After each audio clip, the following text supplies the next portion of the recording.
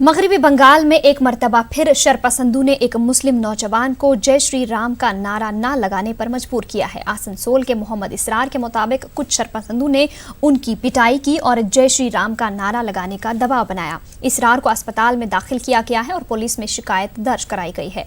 कुछ रोज कबल रियासत के केंग के शाहरुख हलदार को भी जय श्री राम का नारा न लगाने पर शरपसंदों ने लोकल ट्रेन से बाहर फेंक दिया था।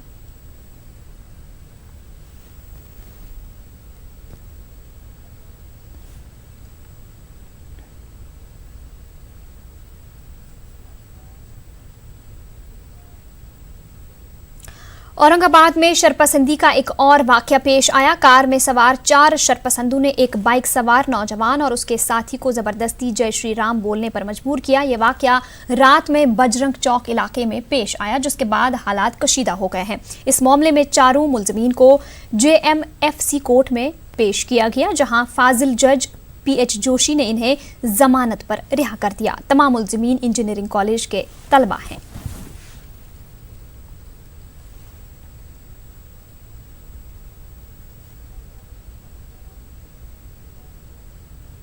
मॉब लिंचिंग का मुकाबला करने के लिए मुसलमानों को लाठी डंडे की तरबियत देने के कल्बी जवाद के हालिया बयान पर हिंदू तंजीमों ने अपने सख्त रद्द-अमल का इजहार किया है। अखिल भारतीय अखाड़ा परिषद और विश्व हिंदू परिषद दोनों तंजीमों ने कल्बी जवाद के बयान को मुल्क मुखालिफ बयान करार दिया है। अखाड़ा परिषद के सदर महंत नरेंद्र गिरी ने कहा है कि हिंदुस्तान एक जमहूरी मुल्क है और यहाँ रहने वाले तमाम बाशिंदों की हिफाजत की जिम्मेदारी हुकूमत पर आयद होती है। नरेंद्र गिरी ने कहा कि अगर हर फिरका अपनी हिफाजत का इंतजाम खुद करने लगेगा तो मुल्क में फिरका वाराना तशद्दुद फैल जाएगा। विश्व हिंदू परिषद ने मौलाना कल्बी जवाद के बयान पर अपनी सख्त रद्द-अमल का इजहार किया है। VHP काशी प्रांत के सरबराह मुकेश ने कहा है कि अगर मुसलमानों की तरफ से असलहे की तरबियत दी गई तो VHP भी इसका मुंह तोड़ जवाब देगी। सबसे पहले उनकी जो संस्कृति और सभ्यता है वो इसी प्रकार से है ही, लोगों को डरवाना, इस्लाम धर्म की ओर उनको ले आना, और उनकी सभ्यता यही है। हमारी सभ्यता यह नहीं है। पर पहले तो हम किसी को छेड़ते नहीं, कोई छेड़ता है तो उसे हम छोड़ते नहीं हैं। यह नहीं, कल्बी जवाद साहब को इसकी ज़रूरत कहाँ से पड़ गई? भारत में सबको जीने का हक है, सबको सुरक्षा देने का शासन सरकार देती है सुरक्षा। तो अगर हर समुदाय के लोग इस तरह से अपने अपने एक अलग ट्रेनिंग देंगे, एक अलग से कोई एक टीम बनाएंगे जिसके पास हथियार हो या गिरोह बनाएंगे, तो इसकी ज़रूरत क्यों पड़ी आपको भाई? हम लोग ज़रूरत कभी नहीं पड़ी, तो अब ज़रूरत कहाँ से पड़ी है?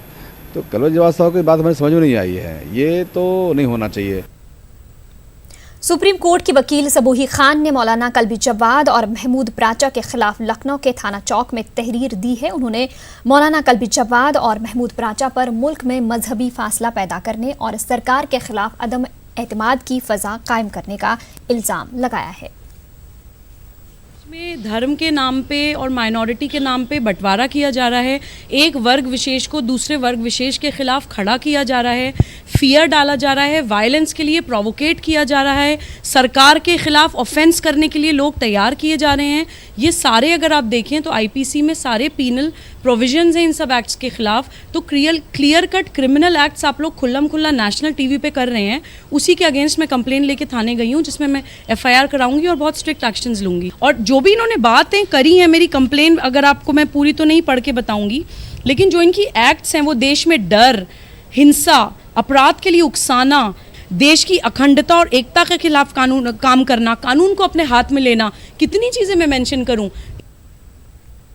उत्तर प्रदेश के कैराना से SP रुकन असेंबली नाहिद हसन ने मुतनाज़ा बयान दिया है, जिसकी वजह से वो तनकीद का निशाना बन गए हैं। उन्होंने कहा कि BJP हामी दुकानदारों से अवाम सौदा सलफ ना खरीदें। रुकन असेंबली नाहिद हसन का वीडियो भी वायरल हो गया है, जिसमें वो अवाम से अपील कर रहे हैं। उन्होंने शामली के अफसरान और ताजरों को भी BJP हामी जहनियत का बताया है।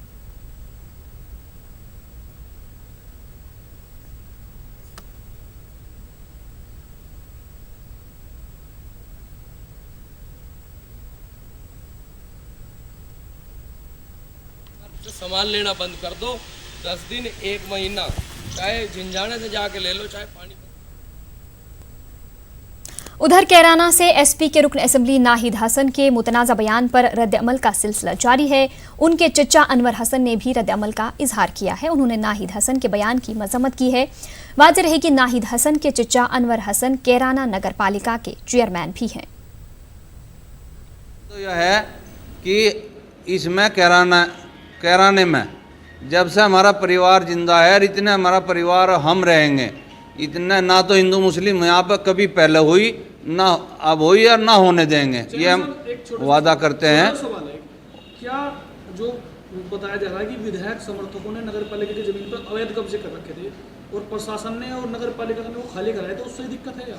हाँ, ये उससे दिक्कत होगी ना, वो बताएंगे इस बात को। अब ये तो आए हैं अपना रोटियां सेकें और चिंगारी लगावें और सारे शहर को और उसको दंगों की उसमें जैसा पहले पलायन का मुद्दा उठाया था, यहाँ पे तो हिंदू मुस्लिम का भाईचारा इतना अच्छा है, इतना अच्छा है। सन 47 में भी कभी यहाँ पे कोई झगड़ा नहीं होया और ना आगे होने देने के, ये हम आपसे वादा करते हैं। मालिक खैर सुख रखे और हम तो ये कहें भाई, हमें और हमारे भाई की छवि को भगवान के वास्ते, खुदा के वास्ते इस पर दाग ना आने दो। जेएनयू और तनाज़ात दोनों साथ साथ चलते हैं। अब यहाँ इंतजामिया पर मजहबी मुनाफरत का इल्ज़ाम लगाया जा रहा है। इल्ज़ाम लगाने वाली जेएनयू की एक मुस्लिम खातून प्रोफेसर हैं। क्या है पूरा मामला, देखिए इस रिपोर्ट में।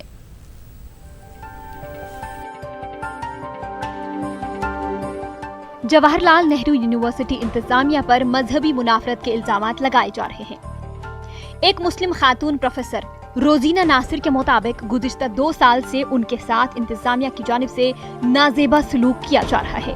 रोजीना 6 साल से जेएनयू में प्रोफेसर हैं। वो स्कूल ऑफ सोशल साइंस में पीएचडी और एमफिल के तलबा व तालिबात को पढ़ा रही हैं। उनके मुताबिक इंतजामिया तलबा को उनसे दूर कर रहा है।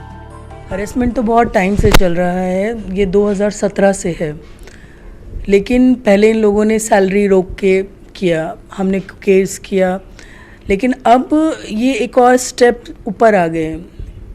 क्या किया है, अब स्टूडेंट्स को पढ़ाने नहीं दे रहे हैं। पहले जनवरी में एक लेटर फरमान निकला कि आप स्टूडेंट्स को पढ़ा नहीं सकते बिकॉज आप फैकल्टी नहीं हैं, ठीक है। फिर 18 मार्च को ये मान जाते हैं कि मैं फैकल्टी हूँ। मतलब जब सेमेस्टर स्टार्ट हुआ, स्टूडेंट्स आने वाले थे, इन्होंने सबको डिस्करेज किया, स्टूडेंट्स को कहा कि ये तो है ही नहीं, आप किसके अंडर कर रहे हो। फिर 18 मार्च को मान गए मैं फैकल्टी हूँ। फिर एक्सटेंशन हो गया, कोर्स से स्टूडेंट्स को हटा दिया। रिकॉर्ड में तो ये आएगा इनके पास कोई स्टूडेंट नहीं है, पढ़ नहीं रहे। जो प्रेजेंट एडमिनिस्ट्रेशन है वो इन कल्यूजन साथ मिलजुल के हमारे सेंटर के हेड के साथ सब चल रहा है। रोजीना के मुताबिक इन्हें शोबे की मीटिंगों में भी मदऊ नहीं किया जा रहा। दूसरी जानिब जेएनयू के स्कूल ऑफ सोशल साइंस के शोबा सदर वाई चन्ना राव ने तमाम इल्जामात को बेबुनियाद करार दिया है। इसमें I have nothing to do with any of the salary की रिलीज़ करने में मैं कहीं बीच में नहीं आता हूं, और या तो उनका पेपर्स कोई पेंडिंग नहीं है होता है, इधर जो भी पेपर आता है वो मैं आगे बढ़ा देता हूं, फॉरवर्ड कर देता हूं। और जहां तक अभी एमए के ऑप्शनल कोर्स पढ़ा रहे हैं मैडम, और 6 स्टूडेंट्स की एमफिल सुपरवाइज़र करवाया हैं। अब इसका बीच में नया यूजीसी रूल आया है, रेगुलर फैकल्टी ही सुपरवाइज़र बन सकता है। प्रोफेसर रोजीना ने इस ज़िम्न में दिल्ली अक़लियती कमीशन में भी शिकायत दर्ज कराई है। शिकायत के बाद कमीशन ने भी जेएनयू इंतजामिया से जवाब तलब किया है। उनको हमने 1 हफ्ते में तो उनकी तनख्वाह वगैरह वापस करने को कहा है और 2 हफ्ते के अंदर जवाब देने को कहा है, और ये भी लिख दिया है अगर आप इस ऑर्डर से कंप्लाई नहीं करेंगे तो हम जो है आपके खुद रजिस्ट्रार के ख़िलाफ़ और जो सेंटर है जहाँ वो काम करती हैं उसके डायरेक्टर के ख़िलाफ़ और वीसी के ख़िलाफ़ हम केस दर्ज करेंगे। और इस मामले में बिल्कुल हम सीरियस हैं, इसके लिए हमने उनको 2 हफ्ते का वक्त दिया है। 2 हफ्ते में नहीं होगा तो हम उनको ख़िलाफ़ केस करेंगे और इस मामले को अच्छी तरह से टैकल करेंगे। इस पूरे मामले में जेएनयू इंतजामिया यूजीसी गाइडलाइंस का हवाला दे रहा है। ऐसे में अब तक अदलिया से इंसाफ हासिल कर रही प्रोफेसर रोजीना नासिर का इंसाफ के लिए अगला कदम क्या होगा, इसके लिए इंतजार करना होगा। न्यूज़ 18 उर्दू के लिए दिल्ली से खुर्रम शहजाद की रिपोर्ट।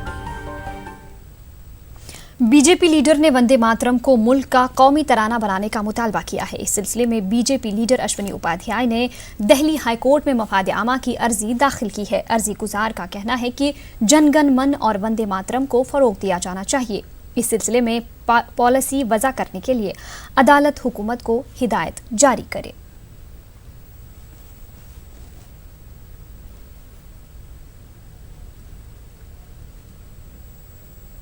तवील अरसे से राजस्थान के मदरसा पैरा टीचर्स अपने मुतालबात को हुकूमत के सामने रखते आए हैं, लेकिन उनके मुतालबात को यकसर नज़रअंदाज किया जा रहा है। ऐसे में अब रियासत के तमाम रजिस्टर्ड मदारिस पर ताला लगाकर ये पैरा टीचर्स एक मरतबा फिर एहतिजाज के लिए जमा हो रहे हैं। मदरसा पैरा टीचर्स जिला सतह पर एहतिजाज कर रहे हैं। ये एहतिजाज 28 जुलाई तक जारी रहेगा। इसका मतलब ये है कि 28 जुलाई तक रियासत के 3500 रजिस्टर्ड मदारिस में तालीमी सरगर्मियाँ ठप रहेंगी। जयपुर में मदरसा पैरा टीचर्स राम निवास बाग में एहतिजाज कर रहे हैं।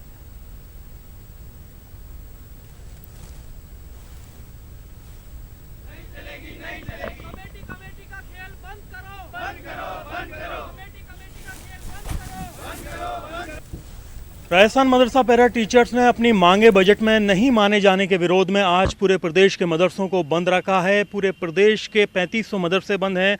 तकरीबन 6500 मदरसा पैरा टीचर्स अलग अलग ज़िलों के अंदर तमाम मदरसों को बंद करके विरोध कर रहे हैं। जयपुर ज़िले के तमाम मदरसा पैरा टीचर्स हैं यहाँ पर विरोध कर रहे हैं। काफ़ी असर इसका देखने को मिल रहा है। तमाम मदरसों के अंदर आज तालीम बंद है और खसरा रूबेला जो टीकाकरण का एक सरकार का अहम कदम था वो मदरसों तक नहीं पहुँच पाया है। किस तरीके से आप लोग ये विरोध कर रहे हैं और कब तक आपका ये अभियान चलेगा बंद का, और क्या क्या आपकी मांगे हैं? देखिए, राजस्थान सरकार ने जो अभी अपना 2019 बजट पेश किया उसमें मदरसों की पूरी तरीके से अवहेलना की गई है और मदरसा पैरा टीचर जो उम्मीद लगाए बैठे थे इस सरकार से कि उन्हें एक सम्मानजनक मानदेय तो कम से कम ये सरकार देगी जब तक वो नियमित ना करे, लेकिन बिल्कुल भी 1 रुपया मदरसा पैरा टीचर का नहीं बढ़ाया गया। हमने विरोध प्रदर्शन किए, हम नेताओं से मिले, विधानसभा में हमारी मांगे उठाई गईं, लेकिन उसके बाद भी अल्पसंख्यक मंत्री से लेके मुख्यमंत्री अशोक गहलोत के सर तक जूं तक नहीं रहेंगी। और इसको देखते हुए हमने ये 22 तारीख से 28 तारीख तक पूरे राजस्थान में मदरसे का कार्य बहिष्कार हमने कर दिया है। मरकजी वजारत अक़लियती उमूर ने ज़मीनी सतह पर काम करने के लिए मुल्क भर में तकरीबन 100 कॉमन सर्विस सेंटर्स के क़याम का मंसूबा बनाया है। इन सेंटर्स के ज़रिए स्कॉलरशिप के दरख्वास्त फॉर्म भरने, शिकायत दर्ज कराने या फिर दीगर मसाइल डीएम और इंतज़ामिया तक पहुँचाने का काम किया जा सकेगा। इसके अलावा इन सेंटरों से डिजिटल लिटरेसी को फ़रोग़ दिया जाएगा। मोदी हुकूमत के 50 दिन मुकम्मल होने पर वज़ीर अक़लियती उमूर मुख्तार अब्बास नकवी ने इस स्कीम का ऐलान किया। इस मौके पर उन्होंने हुकूमत के 100 दिन मुकम्मल होने से कबल बहुत कुछ काम करने की यकीन दहानी कराई। अभी पहली बात तो एक बात समझना चाहिए कि ये सरकार जनता ने जो जनादेश दिया है 5 साल के लिए दिया है, लेकिन हमने लक्ष्य रखा है कि 100 दिन का, और 100 दिन के लक्ष्य में हमने अपने मंत्रालय का जो लक्ष्य रखा है निश्चित तौर से हमने जो 3E कहा, एजुकेशन है, एम्प्लॉयमेंट है, एम्पावरमेंट है, वो तो है ही, लेकिन हम 100 दिनों में हमारी कोशिश है कि जो वक्फ प्रॉपर्टीज़ हैं उनका 100% डिजिटाइजेशन हो जाए। उसके साथ ही साथ जियो मैपिंग भी हो जाए, और जियो मैपिंग के लिए हमने जो है वो IIT रुड़की और तमाम और संस्थाओं को हमने अपने साथ जोड़ा हुआ है जो काम में लग गई हैं। दूसरी चीज़ हमारी कोशिश होगी कि देश भर में 100 से ज़्यादा कॉमन सर्विस सेंटर का निर्माण हो, और इस संबंध में हमारी तैयारियां चल रही हैं। सभी राज्य सरकारों से प्रपोजल मंगा लिए गए हैं और उसको सैंक्शन करना भी हमने शुरू कर दिया है।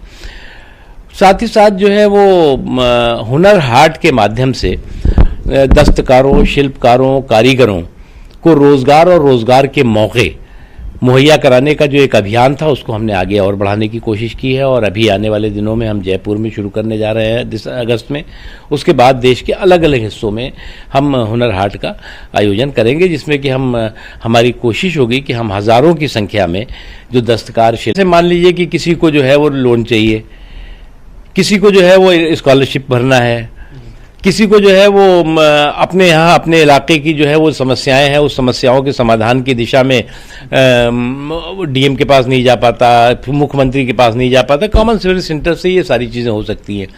उसके अलावा कॉमन सर्विस सेंटर में जो है वो डिजिटल लिटरेसी का भी जो है वो उसके सिखाने का काम होगा। झारखंड हुकूमत की बेतवज्जुही का शिकार रियासती वक्फ बोर्ड की 5 साला मियाद खत्म होने के करीब है, लेकिन अब तक चेयरमैन का इंतखाब नहीं हो सका है।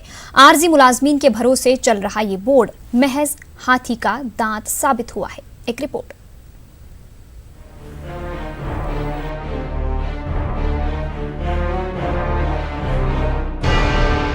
झारखंड सुन्नी वक्फ बोर्ड को फाल बनाने के तई रियासती हुकूमत कभी संजीदा नहीं रही है। रियासत की तश्कील के तकरीबन 8 साल बाद वजूद में आया झारखंड सुन्नी वक्फ बोर्ड हुकूमत की बेतवज्जही का शिकार रहा है। साबिका चेयरमैन हाजी फहीमुद्दीन पूरी मियाद तक काबीनी सतह के दर्जे से महरूम रहे, जबकि चेयरमैन से महरूम मौजूदा बोर्ड की मियाद खत्म होने को है। अभी जो ये टर्म चल रहा है 5 साल कंप्लीट होने वाला है, मुकम्मल होने वाला है। ये कहा जाए कि ये वक्फ बोर्ड मुकम्मल ही नहीं है शुरू ही से, और ये मुद्दत भी ख़त्म हो रही है। चेयरमैन का इंतखाब नहीं हुआ, और जो मेंबरान है मुख्तलिफ जो जाविये से आते हैं वो लोग भी मुकम्मल नहीं हैं। इसलिए कहा जा सकता है कि वक्फ बोर्ड मुकम्मल नहीं है। वक्फ बोर्ड की जायदाद झारखंड में इस कदर है कि अगर झारखंड सरकार फ़ाल हो जाए और मुखलिस हो जाए तो इससे इतने पैसे रिटर्न आएंगे और इतने पैसे निकल आएंगे कि गरीब बच्चों की बेहतर तालीम हो सकती है, मार्केट बन सकता है, इन लोगों का अच्छा इंस्टीट्यूट बन सकता है। मगर हज वक्फ बोर्ड तो बन गया, लेकिन आज तक ये बड़ी तकलीफ़देह बात है, लम्हे फ़िक्रिया है कि 5 साल गुजरने के बाद भी चेयरमैन न बना सकी सरकार, और मेंबरों को जो स्टेटस है वो न दे सके। एक भी कोई भी जायदाद वक्फ रजिस्ट्रेशन में शामिल नहीं हो सका है। इससे बड़ा और क्या हो सकता है। सितम ज़रीफ़ी तो ये है कि 2 छोटे छोटे कमरों में कायम वक्फ बोर्ड का दफ्तर 2 आर्जी मुलाजमीन के भरोसे चल रहा है। बोर्ड के CEO के ओहदे पर मोइनुद्दीन खान ज़रूर फायज हैं, लेकिन दीगर महकमों के इजाफी चार्ज की वजह से वो अक्सर बोर्ड के दफ्तर से गैर हाजिर रहते हैं। ताहम हमारे नुमाइंदे नौशाद आलम ने दफ्तर का जायज़ा लिया और बोर्ड के हालात जानने की कोशिश की। वक्फ बोर्ड की हकीकत जानने के लिए वक्फ बोर्ड के दफ्तर पहुंचे हैं और हम ये दिखाना चाहते हैं कि वक्फ बोर्ड के क्या हालात है। ये वक्फ बोर्ड का ये दफ्तर है, ये CEO मोइनुद्दीन खान का ये चैम्बर है, और ये हमेशा ये चैम्बर जो है ना लगा रहता है। 2 कमरों पे मुश्तमिल ये दफ्तर है। दूसरे कमरे में कुछ मुलाजमीन आर्जी तौर पे ज़्यादा हैं। ये इसी तरह से एक छोटे से कमरे में वक्फ बोर्ड जो है चलता है, और यहाँ पे जो 2 मुलाजमीन हैं वो अभी गैर हाजिर हैं। एक मुलाजिम यहाँ पे अपने काम को अंजाम दे रहे हैं। हम उनसे जानना चाहते हैं वक्फ बोर्ड के जो CEO हैं वो कब कब आते हैं?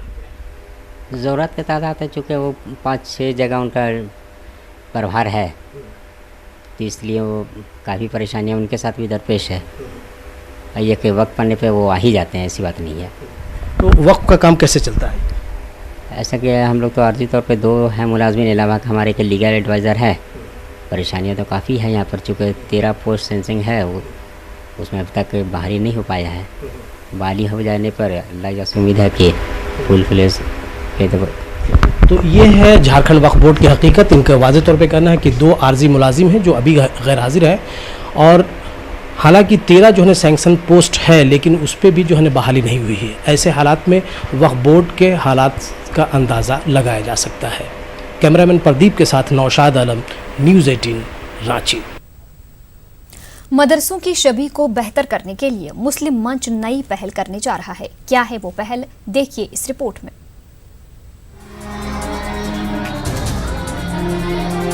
मुस्लिम राष्ट्रीय मंच के सदर इंद्रेश कुमार ने न्यूज़ 18 से अपना मास्टर प्लान शेयर करते हुए बताया है कि मदरसों को शिद्दत पसंदी, तशद्दुद और नफरत फैलाने के इल्जामों से बाहर निकालने के लिए मदरसा कॉन्फ्रेंस के जरिए बड़ी मुहिम शुरू करने की तैयारी कर चुका है। इस कॉन्फ्रेंस का मकसद मुसलमानों के हर तबके को मंच से जोड़कर मुत्तहिद करना है। मदरसे मुख्य धारा का अंदर योगदान देने वाले मदरसे बने, और मदरसे कट्टरता, हिंसा, नफ़रत को रोकने वाले बने। ऐसी एक कोशिश मुस्लिम मंच करेगा। उसका एक सेल बना दिया है जिसने अपना काम शुरू कर दिया है। इसलिए मुंबई में, उत्तर प्रदेश में मदरसा कॉन्फ्रेंसेस कुछ हो गई हैं। ऐसे देश भर में 50 से 100 मदरसा कॉन्फ्रेंस करते हुए और इन सब में सबकी राय लेकर करेंगे। उत्तराखंड में रजिस्टर्ड और गैर रजिस्टर्ड तकरीबन 700 मदरसे चल रहे हैं। जब न्यूज़ 18 ने मदरसा इंतजामिया के जिम्मेदारों से मुस्लिम राष्ट्रीय मंच के मदरसा कॉन्फ्रेंस पर नज़रिया जानना चाहा तो उन्होंने इसका खैर मकदम किया। वो आज़ाद हैं, संविधान उनको हर तरह की आज़ादी प्राप्त है, उनको किसी भी संस्था का स्थापना कर सकते हैं, कोई मंच बनाकर, कोई संस्था बनाकर, कोई ऑर्गेनाइजेशन बनाकर वो लोगों को जोड़ सकते हैं, अपनी बात पहुंचा सकते हैं, वो उसमें आज़ाद हैं। इसमें हम उनको हम नहीं रोक सकते, लेकिन असल चीज़ क्या है वो हमें समझना होगा कि उनके मकासद क्या है इनके पीछे। सही नियत से मदरसा कॉन्फ्रेंस मुनक़िद हो और ईमानदारी से मसलों को सुलझाने की कोशिश की जाए तो हो सकता है कि मदरसा कॉन्फ्रेंस आने वाले वक्त में मील का पत्थर साबित हो। देहरादून से न्यूज़ 18 उर्दू के लिए आसिफ की रिपोर्ट। रांची में वाक़िया हज हाउस में बारिश के पानी के इस्तेमाल के लिए मिसाली इंतजाम किए गए हैं। इस इंतजाम से बारिश के पानी के एक एक कतरे को इस्तेमाल में लाया जा रहा है। देखिए रिपोर्ट।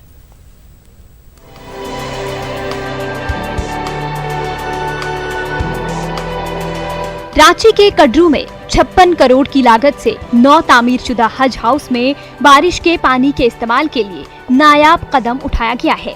इस 5 मंजिला हज हाउस में वाटर हार्वेस्टिंग सिस्टम लगाए गए हैं। इस सिस्टम के जरिए बारिश के पानी का जखीरा करके इसका इस्तेमाल किया जा सकता है और हम लोग का कभी पानी का कभी किसी प्रकार का कोई दिक्कत ना हो, इसीलिए हम लोग उस पानी को बाहर नाला में नहीं डालते, हम लोग हार्वेस्टिंग में डालते हैं। हार्वेस्टिंग फिल्टर लगा हुआ हर चीज़ का बाहर में लगा हुआ है, उससे फिल्टर होके हार्वेस्टिंग में जाता है, वो नीचे जाता है। ये स्टार्टर है सब मोटर का, हम लोग का 6 गो मोटर है, 6 मोटर का स्टार्टर इस जगह पर लगाया गया है। जो भी रेन वाटर का पानी जो कि टैंक में जमा होगा उसको हम लोग इस बिल्डिंग में बहुत तरह के कामों में इस्तेमाल कर सकते हैं, जिसमें पंप लगा हुआ है। पंप चलाकर हम उसको फायर टैंक में डाल सकते हैं, गार्डनिंग का काम कर सकते हैं, आसपास का धुलाई का काम कर सकते हैं। वाज़ेह रही कि हज हाउस के ऊपरी मंजिल से गिरने वाले बारिश के पानी को पाइप के जरिए हज हाउस के 2 हिस्सों में बांटकर वाटर रिचार्ज पुट में डाला जाता है। इस हज हाउस में फायर फाइटिंग सिस्टम भी लगाया गया है। इस सिस्टम के लिए पानी के जखीरे के ऑटोमेटिक इस्तेमाल को मुमकिन बनाया गया है। ये बड़ा कदम है और ये समझ लीजिए पूरे झारखंड के लिए नसीहत भी होगी कि आप अगर पानी को बर्बाद ना करें, आप अपनी भी बिल्डिंग को बनाएं तो इसी तरीके से बनाएं कि ताकि पानी का फिर से इस्तेमाल आपका दोबारा हो सके। वाज़ेह रही कि रांची समेत रियासत के कई इलाके के लोग पानी की शदीद किल्लत से दो चार हैं। चूँकि हज हाउस में एक साथ करीब 1000 लोगों के जमा होने और 300 से ज्यादा लोगों के क़याम का इंतजाम है, जाहिर है ऐसे में बड़ी मिकदार में पानी की जरूरत होती है। न्यूज़ 18 उर्दू के लिए रांची से नौशाद आलम की रिपोर्ट। आकोला में देश बचाओ दस्तूर बचाओ के नाम से एक प्रोग्राम का इनेकाद अमल में आया, जिसमें सैकड़ों लोगों ने हिस्सा लिया। समाजवादी पार्टी के रियासती सदर अबू आसिम आजमी ने दस्तूर और मुल्क की हिफाजत के लिए इत्तेहाद को अहम करार दिया। आप देखिए रिपोर्ट। हमें दीजिए इजाजत। आदाब।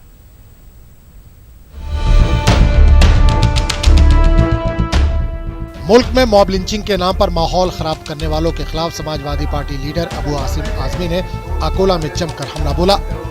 इस दौरान इन्होंने मुल्क में भाईचारे की फजा को कायम करने के लिए हिंदू मुस्लिम इत्तेहाद पर जोर दिया। साथ ही दस्तूर हिंद के बका के लिए मुल्क के बाशिंदों को आगे आने की सलाह दी। जब हिंदू और मुसलमान एक साथ कंधे से कंधा मिलाकर लड़ रहे थे तो उस वक्त अंग्रेजों के दांत खट्टे हो गए थे। इस मुल्क में हुकूमत करना बहुत मुश्किल है। याद रखना नौजवान साथियों, आज दाढ़ी और टोपी पहनकर चलना इस मुल्क में दुश्वार हो गया है।